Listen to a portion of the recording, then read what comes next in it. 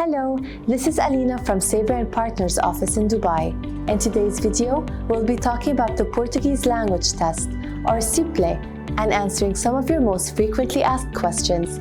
To help us understand the exam and its requirements better, we have a special guest with us from the Learning Portuguese Digital Platform, Susana Castro. Hi Susana, thank you for joining us all the way from Portugal. So tell us, what is the Portuguese language test and why is it required? Okay, thank you. Thank you very much for being here. It's my pleasure. And I'm really happy to explain you all the details that you want to know about the Portuguese test. So, the first thing you need, and for the Portuguese law, you need to make the proof to show that you really know a little bit of Portuguese. And to know this, you need to pass the SIPLE exam. The SIPLE exam is the exam that you have for the level of A2, and A2 is the level that the international certificate that you need to have. This means that you need to pass an exam that it has 4 different components. You have the written part, and in this written part you need to answer multiple choice questions, correspondence questions, and true and false. It's not very difficult. You need to study a little bit.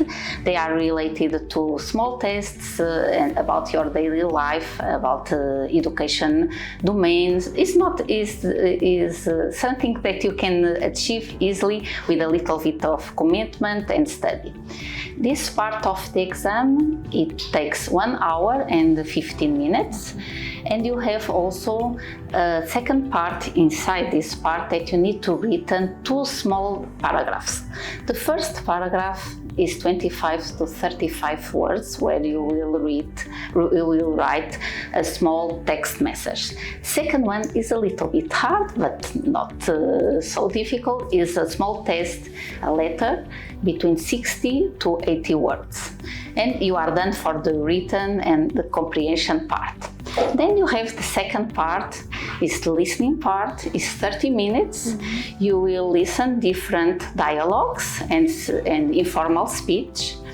This part you may have background noise, what turns it a little bit more difficult, but achievable.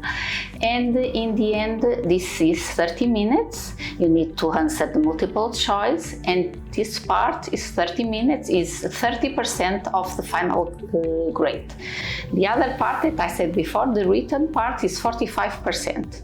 This one is 30%. And then we have finally the last part, that is the oral part, is the interview in a formal way. And in this interview you have 3 parts. First, you need to introduce yourself. Second part, you will do a role play with the other candidate. Mm-hmm. And third part, they will ask you to talk about something that is happening now.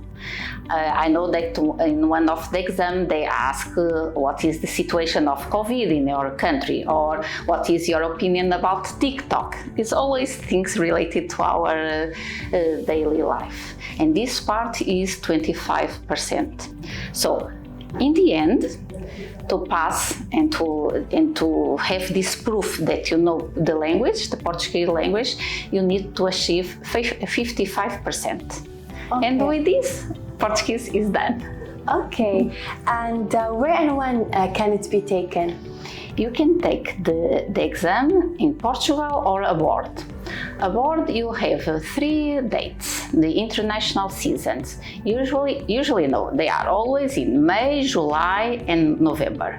In Portugal you have more 2 seasons, national seasons, that are in October and in June.